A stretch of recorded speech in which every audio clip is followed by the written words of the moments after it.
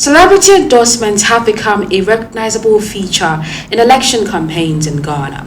So today on the Gender Watch podcast, we want to look at the idea of celebrity capital and how it is wielded by political parties to appeal to specific demographics, from musicians, actors, media personalities to social media influencers. We want to look at how and why celebrities are involved in elections, the impact on the outcomes, and whether this influence serves democracy or distracts from the issues. I'm Regina Bolibote, and believe me when I say I'm so excited for this conversation. So let's meet our guest for this discussion. She is a senior lecturer and the director for the Center for International Relations at the University of Media, Arts and Communications. She is the executive chair of the Aya Institute for Women, Media and Politics and the managing director of media communications and consultancy firm Synergy Strategica Limited. My guest for this episode is none other than Dr. Laurentia Ijapong. Welcome, Doc. Thank you so much for having me. Yes, so before we even delve into the topic of celebrity capital, I do know that you have researched into politics and culture, what you're terming political gossip. It's an interesting topic, and I'd like for you to share, just so we can have an understanding of why this work was done and what was the finding or major findings of this work. Yeah. So as you've mentioned, I enjoy looking at the intersection between politics and culture. Okay. So one of the key areas that I research is in the area of gossip. I know a lot of people say gossip, but gossip is a very interesting subject. In fact, before we had the media, the only ways that messages were passed on between people was through gossip. So I wanted to look at whether gossip, interpersonal gossip or media gossip, can actually influence voting patterns of people. So that was what my first research was about. So I was looking at whether positive or negative gossip can impact on a candidate's voting preference, whether negatively or positively. What gossip in this instance means, I'm telling somebody that, I had this. Yes, okay. I mean, so I don't want to go into the whole psychology of gossip because it's a whole different conversation. Okay. So we are looking at information that is passed on, either through the media and then spread among interpersonal relationship and communication. So that's what I'm talking about. There are different types of gossip. It can be positive, negative. It can be about passing on valuable information that people use to make decisions. And I mean, very often when you have conversations with people, especially during campaigns, the first thing they will ask is, have you heard? Or did you listen to this? And that's where the conversation comes in, where they pass valuable information about the individual that has put themselves up for elections. I realize that very often people are interested in the personality of the person that they choose to rule them. And that is where gossip becomes very important. Regardless of gender? When you talk about gender, are you asking whether males gossip more or females gossip more? In terms of, because you just said that you realize that people are interested in the personalities of those they're voting for. Yeah. So the personalities of the politician regardless of the gender.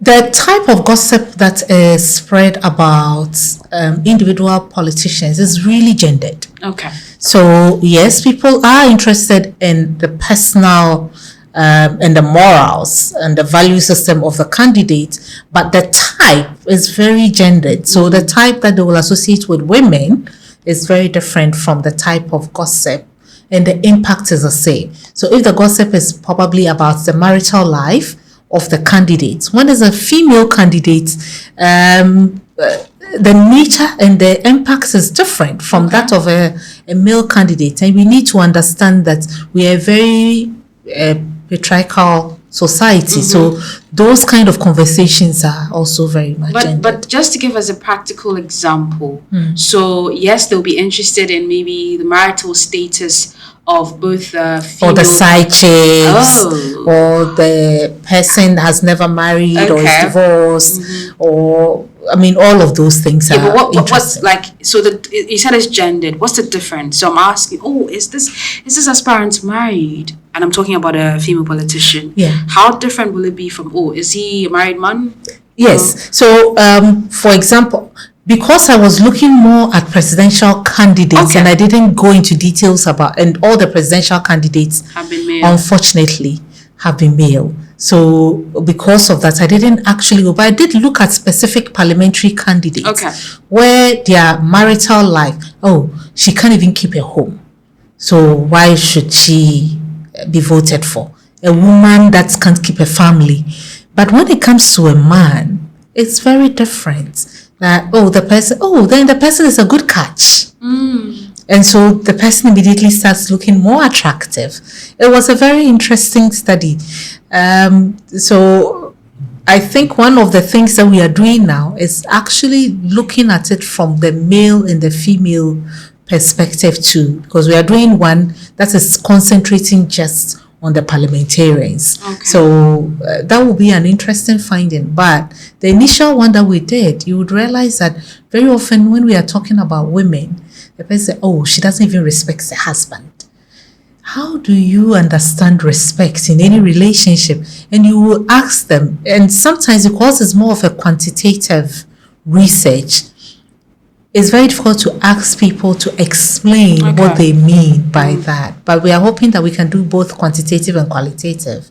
So we can go back and ask the detailed questions behind the numbers that we get. And one of the questions that perhaps that study should ask is, what is the correlation between respecting my husband and my ability to perform in office? No, but for me, the question is, how do you judge respect? Yeah. You understand? What do you mean by respect? Is it respect in terms of what you see, or what Submission, actually goes on in somebody's marriage? Because the marriage is between the two of them, and they live in their house. You are just observing from outside. You're only commenting on what you perceive to know, but not exactly what you think is happening. So, I mean, is very nuanced when you are talking about these kind of qualitative focused sort of conversations, because you can't, it's like asking somebody, oh, are you submissive to your husband? Who determines what submission is? You understand? Because whatever is happening in the house might be good for the man or good for the woman, but in your view might not be submissiveness. So it's very, very nuanced when we are talking about that. You said that the impact of such gossip vary. So help us understand, based on the research you've done, how this kind of gossip impacts the female politician as opposed to the male politician. Okay, so as I said, the one on the gendered aspects is still ongoing, so I wouldn't want to comment on that. Okay, but you can generally talk about the impact. Yeah, so that's why I was saying that it is the same kind of gossip would have different impact, whether it's a male candidate or a female candidate. So let's talk about having, let's say, a side chick, or as the female version says, side cock, right? People are more receptive and accepting of a man having a side chick than a woman supposed to be having like a side person. People tend to be more accepting about males having reduced roles in the family, in terms of whether they take care of their wives or they are very involved in their children's life or otherwise. But they put a lot of premium on that when it comes to a female politician, So it's not about whether the person is divorced. I mean, if we talk about the subject of divorce, it has a more negative impact on a woman than on a man when it comes to politics. Because the idea, very often people say, oh, she couldn't even keep her marriage. Why should we vote for such a person? But with a man, people tend to be a little bit more sympathetic without knowing whether the divorce was the fault of the man or the woman. So those are some of the nuances that we are seeing. Okay. As we wrap up this segment, Jen Stats, any other highlights that you want to share before we zoom into the topic of celebrity capital? Yes, so what I found out in my research on the presidential candidates is that quite a lot of people are interested in stories that deals with the personality and the morals of the candidate in question. So the research is there.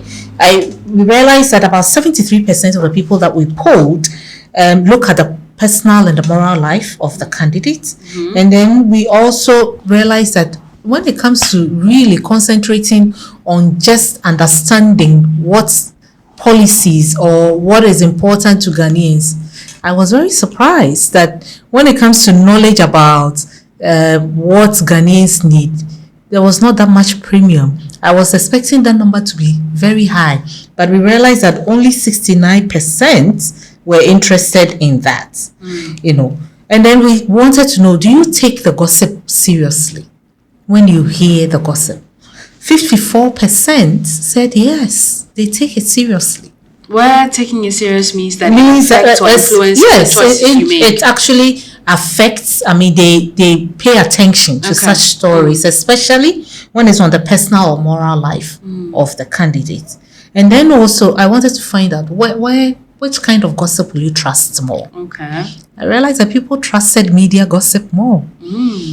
So yes, we looked at all the various places that gossip can happen, and we realized that out of the number, 44%, which was the highest, actually trusted the gossip that the media puts out more. And then we realized that, if the gossip is positive, it actually 66% actually said that it creates positive sentiments about the candidate. And then when it also increases their likability of the candidate. So if they are hearing positive things about the person's personal life and moral life, then they tend to be positive. And then, funny enough, effect on voting for the candidates dropped to just about 59% of people who, even though they would have positive sentiments and they are happy about the positive stories, only 59% of polled people said that will actually influence them positively. Now, when it comes to the negative, 66% said, yes, when I hear negative things about the candidate, it will generate negative sentiments about the candidate. But only 45% say that it decreases the candidate's likability. And when it comes to whether it will affect voting preference, only 30.9% said it will impact on their voting preference. So what I realized with the research in conclusion is that while people are very interested in gossip, we are. That's how we do information sharing. When it comes to actual impact, it's not that high. But the reason why this research is important is that you think about the fact that the difference between winning and losing elections in Ghana is marginal. Very marginal. It means that that marginal part, if it will affect people negatively, it can actually have some impact in swinging to whoever would win or lose. So you cannot completely discount those findings. Wow, that's very interesting, the findings of the research that you've done. And I'm glad that you've shared it, because then it gives us an understanding of how what people hear influences or impacts what they do, especially when they go to the polls. Let's talk about celebrity capital. For somebody who's watching or listening and it's the first time hearing celebrity capital, how did you find that? So I think first of all we need to understand what we mean by who is a celebrity. And I, in your introduction you talked about the different kinds of celebrity and all of that. Did I cut it? Yes. Oh, okay. Boysen has a very simple definition which sums up all the different people that come into what we call celebrity. So he says very simple that someone who is well known for being well known. Okay. So if we define it that way, it makes it very simple. So it means that even in modern times, celebrity, where we are talking about influencer culture and all of that, they are all celebrities. So I get very excited when I start talking about celebrities. So I will not go too much details. So let's talk about what we mean by celebrity capital. So the capital, we are talking about it in terms of the value that is placed on celebrity. So what is your value as a celebrity? If you are an influencer, how are you valued? Right? What kind of value is contained in you that can be traded? Okay. Right? And the trading can be for different things, either for political power, for monetary value, or for some other things that you will get out of having the value of celebrity. So if we understand that, we go back to the definition of celebrity, talking about being well known for just being well known. What are the characteristics of celebrity that can be traded? Okay. And there has been so many research that has been trying to define what celebrity capital entails.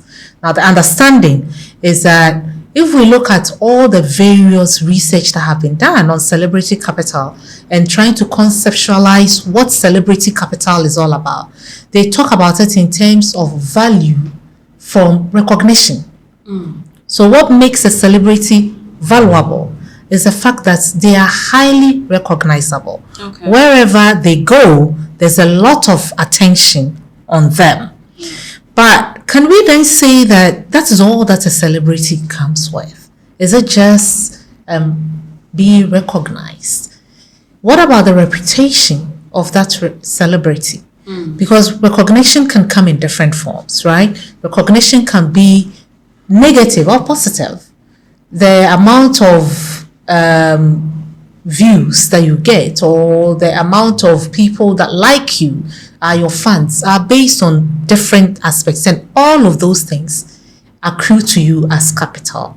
So that's what celebrity capital is all about. So what makes celebrity endorsements valuable in an election campaign? Okay, so coming back to my research and what I did, I was looking at whether when a celebrity endorses a political party or a political candidate, they can bring some of that value that they have as celebrity to the campaign, so that it will be positive for the candidate or the party, and it will encourage people to vote for that candidate. I realized with the findings from my research that yes, celebrities play a very important role when it comes to campaigns. They bring a lot of media attention. So once a celebrity is involved and they come and mount your stage, either they sing or they talk about the fact that they're endorsing you, it brings a lot of media attention to you. Celebrities have a fandom culture, people that follow them. It means that those people who pay attention to what that celebrity is saying. Then also, there is the aspect of their credibility. And that is a very important part of the endorsement process. Okay. So you cannot just choose any celebrity just because you think they will bring the numbers, or they'll be recognized, or the media will follow.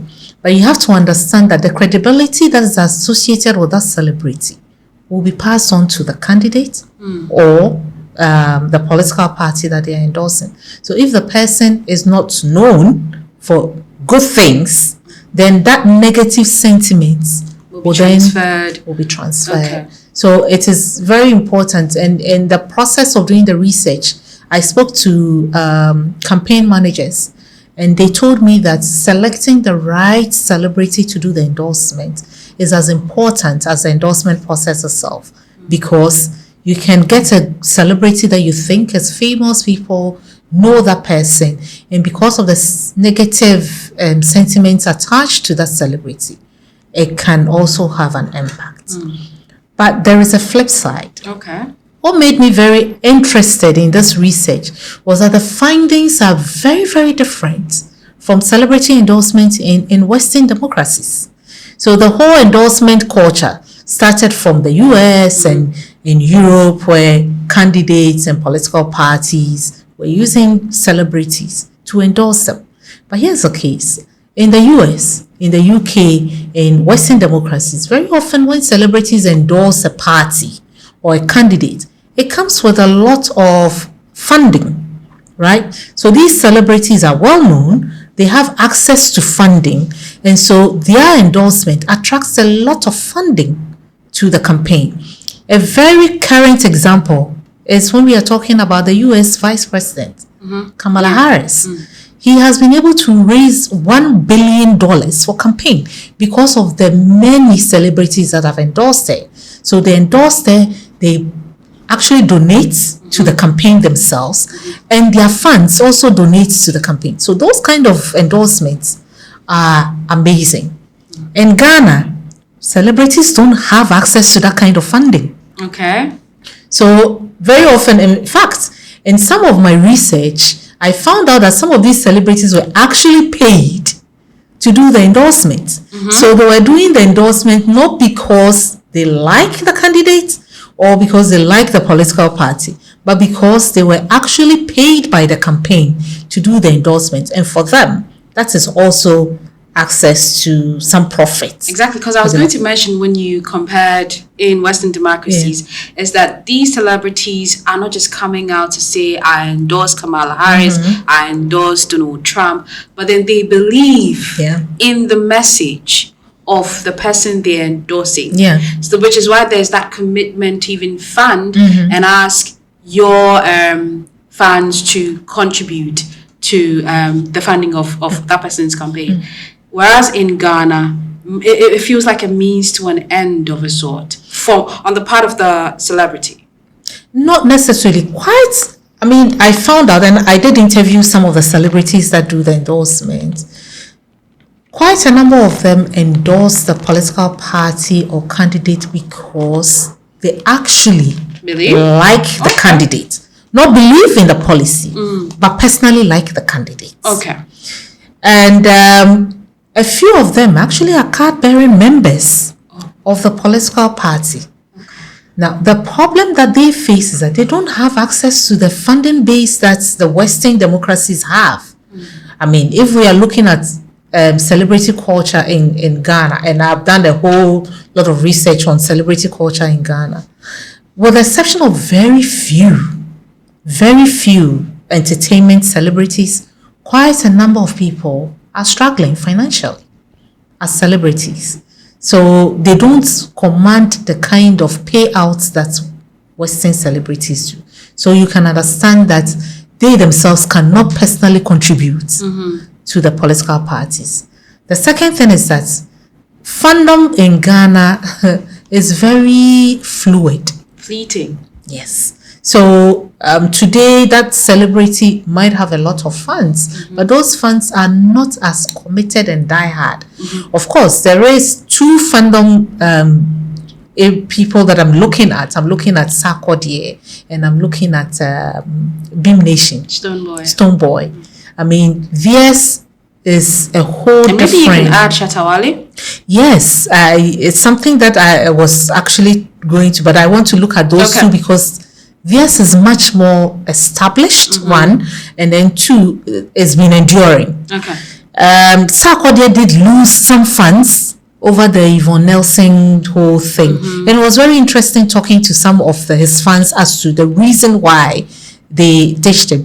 You'll be interested to know that quite a number of them are coming back, after being annoyed with him about the whole Yvonne Nelson. So, it makes things a little bit more complicated and quite different when we are talking about celebrity endorsements in Ghana and comparing it to Western democracies. The second interesting thing that I found, which is very phenomenal, that when we are talking about celebrity culture in Ghana, our politicians actually are the celebrities. Oh, okay.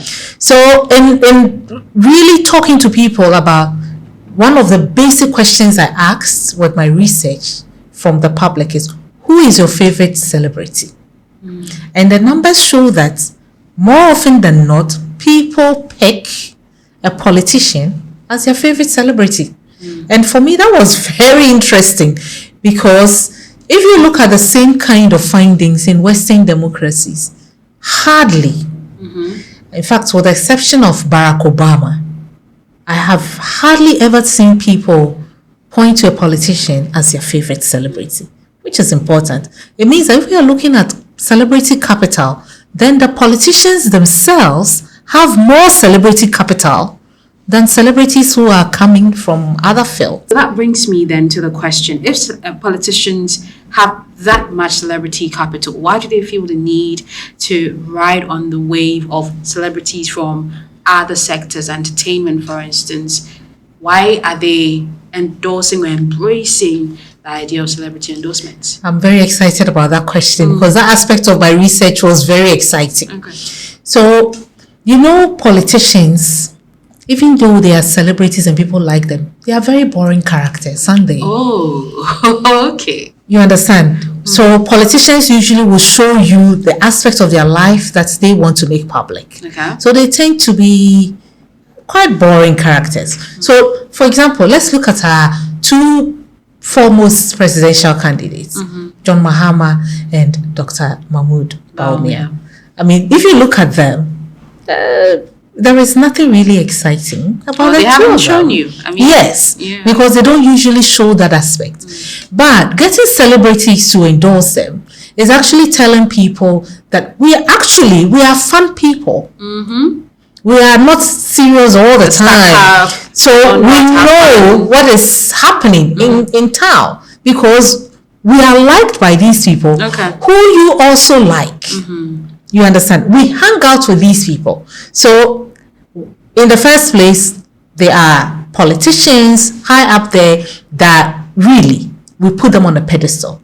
But by them being associated with the celebrities, they tend to tell you that, hey, I'm also like you. Okay. So I'm someone that you can hang out with. Because if you love Shatawale, guess what? I also love Shatawale, and Shatawale hangs out with me, and I listen to his song and I vibe to his song. So in that case, it actually increases the likability of the candidate because people tend to like to vote for people who are like them. okay. The psychology of election shows that when people feel that they can connect with you emotionally on a personal level and that you are more like them, they can sit down and have a beer with you, Okay. and vibe out to Black Sheriff or to Samini or to Sarkodie. Then it's like, oh yeah, this is my man. So that is why those kind of endorsements are very necessary. It brings some excitement to an otherwise something that would have been a very dry and boring campaign. And the more people are excited about your campaign, the more that they can actually put emotionality to you as a person, and they are more likely to vote for you. Let's talk about the endorsement versus the political messaging. There are those who believe that celebrity endorsement necessarily distracts from the pressing issues in any election year. Do you share in that view? Not necessarily. Okay. Because there are so many different aspects of a campaign that is run, and people need to understand campaigns for what they are. Yes, you want to tell people about your message and what you will do for the country, but at the same time, you also want to be relatable to the people. People need to be accepting of who you are as an individual for them to like you, for them to vote for you. And being able to like you in order to vote for you doesn't always just center on the policies or the ideas that you come up with. In fact, research has shown that people might be centered on just one issue or one policy in order to decide to vote.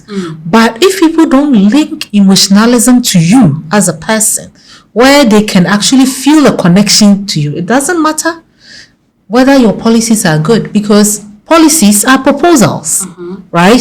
So you're proposing that if you give me the power, I will do this or that. There is no guarantee that you're actually going to do that. What makes people vote for you goes beyond just the policy.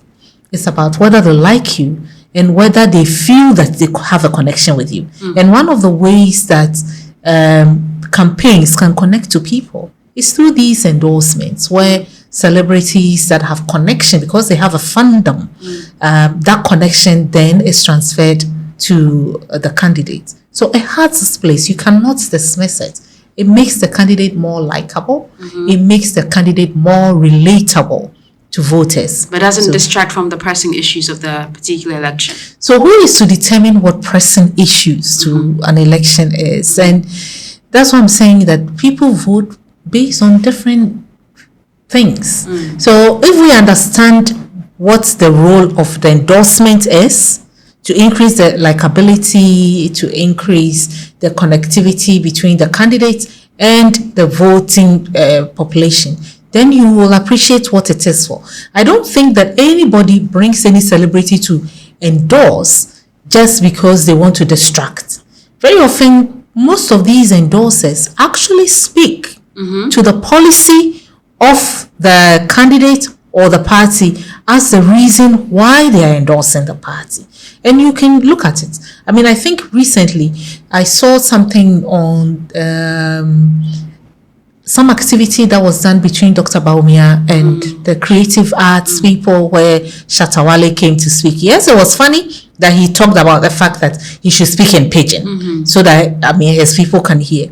But the impact of it was about the policy of what he would do for the creative industry, and that being the reason why they were there to listen to him. So I don't think it's a distraction at all. I think that if we appreciate what it is that celebrity endorsements can, sometimes they are also very good at breaking down the policy to the level that their fans will understand, right? So I do not believe that they distract from the message. They can enhance the message, and they have a specific role to play on the campaign. Okay. Now let's talk about the cost of these endorsements. By cost, I do not mean monetary, but in terms of the challenges, reputational damage of such celebrity endorsements. When we were comparing with Western democracies, we established that these people believe in what they are choosing. And you said that in Ghana, it may not necessarily, people, they like the personality, but not necessarily because it's my conviction that this is the right person for the job based on this and that policy. Now, and because of that, it could change. So for instance, a celebrity could endorse a particular candidate in this election cycle, and then that will change. And it happened a lot. In fact, another election as cycle. part of the data, I actually spoke to a few celebrities that have endorsed different political parties and different candidates, and the reason why they did that. They did explain to me that it is what they believe about the candidates that is what made them endorse the candidate. But fans are not that forgiving. For them, it's called flip-flopping. It means that you cannot make up your mind and you cannot be trusted. And the reason is that candidates are very much associated with a political party. So if, let's say, you like John Mahama and endorsed John Mahama previously, and now you like Dr. Baumia for the policies and you are endorsing Baumia, they cannot separate John Mahama from the NDC party. As against separating Dr. Baumia from the MPP party. So for them, it means that you have endorsed two different political parties and you are a flip-flopper. You cannot be trusted, and that's really, a lot of them have lost quite a lot of funds, a lot of endorsement deals from just doing the endorsing of political candidates of parties. And I spoke to so many of them, and people, and I don't want to disclose all the details here because as soon as I mention, they would know the specific celebrities that I talked about. Some lost really lucrative endorsement deals because they endorsed a particular candidate. Is it that we do not understand, Doc, and because of this response, is it that we do not understand as a country what celebrity endorsements are meant for? So that if, for instance, I choose a particular candidate in the 2020 elections, and in 2024, based on what I'm seeing policy-wise, I'm saying this one brother is the best and not the one I endorsed previously. I mean, that makes sense, doesn't it? There is a reason why we call Ghana an evolving democracy. Okay. So if we talk about an evolving democracy, it means that our democracy is constantly changing.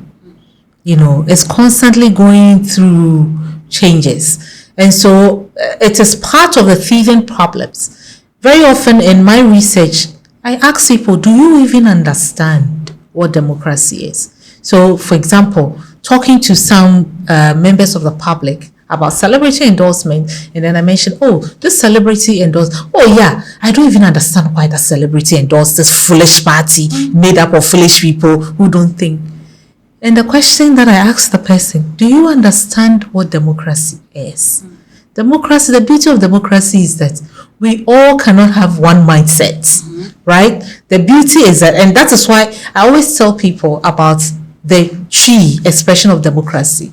Kebi, mamin kebi. Okay. It means have your say, let me also have my say. The understanding is that all of us cannot believe or be accepting of one thing until we come to that realization. And I'm hoping and praying that we eventually get there, because if we come to that realization, that is when we'll appreciate that once we all vote, all of us vote, don't we? It means that the priest votes, the market woman votes, me, electoral, I vote, the electoral commissioner votes, high court judges vote. Once they vote, it means that they have a choice.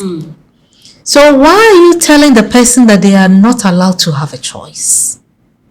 And that is where my problem is. And very often, some of these celebrities, by probably being vocal about why they're endorsing a candidate or the other, unfortunately suffers the repercussion of some of their fans who probably do not like the candidate and so feel betrayed.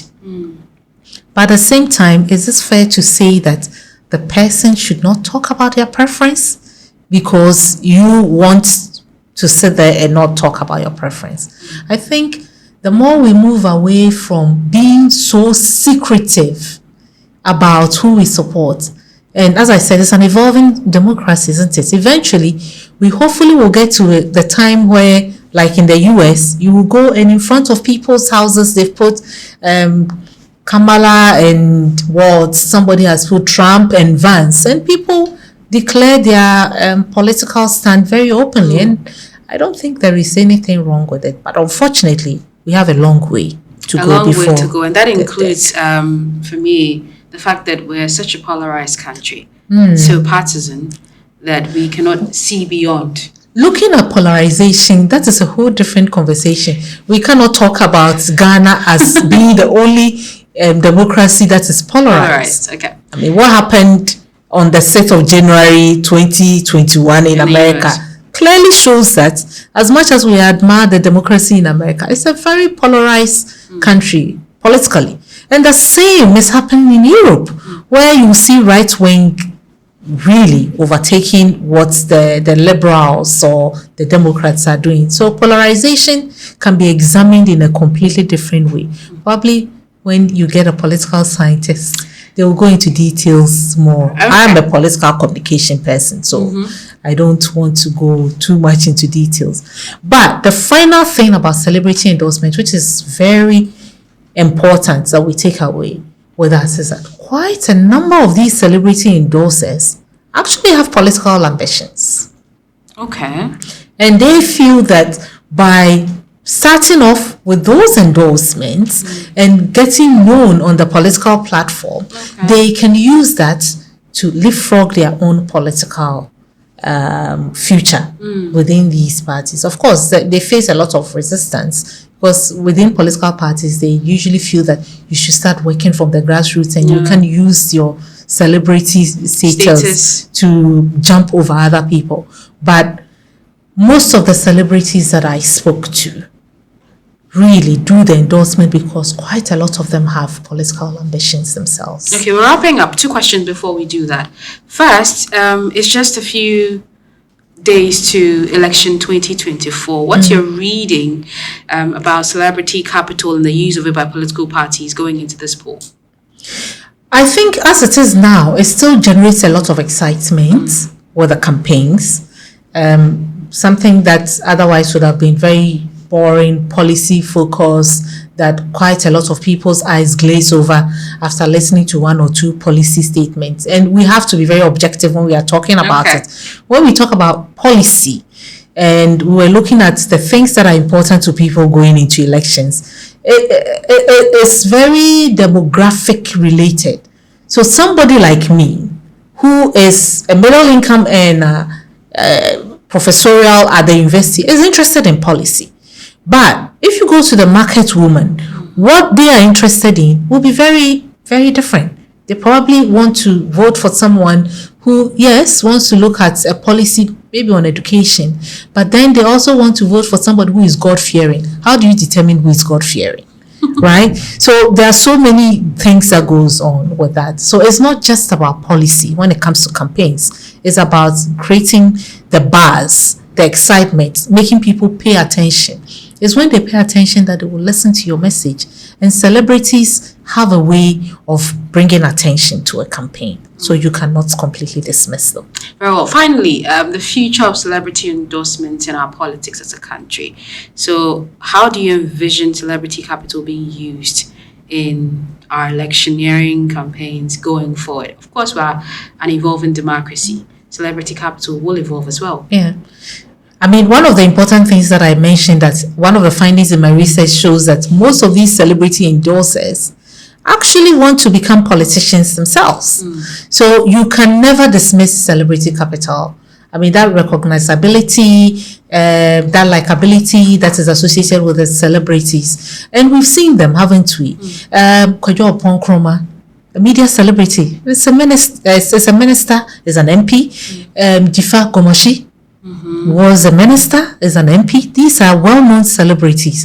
We've heard about Obo, right? Yeah. He's very much into the political field. Kwame A+, John Dumelu. So that relationship between celebrities and using their capital in politics is not going to end now. It's going to evolve. I think the future looks like we are even going to get more celebrities who will use their capital to spearhead and jump into the political fray.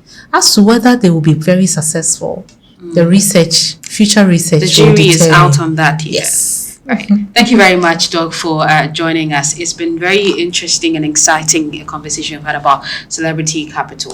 Thank you for having me. I, for one, am looking forward to that evolution, you know, where we go from here as far as celebrity endorsement and capital is concerned. So we're very grateful. This has been another episode of the Gender Watch podcast. I'm Regina Bolte, until we come your way another time with another episode. Stay safe.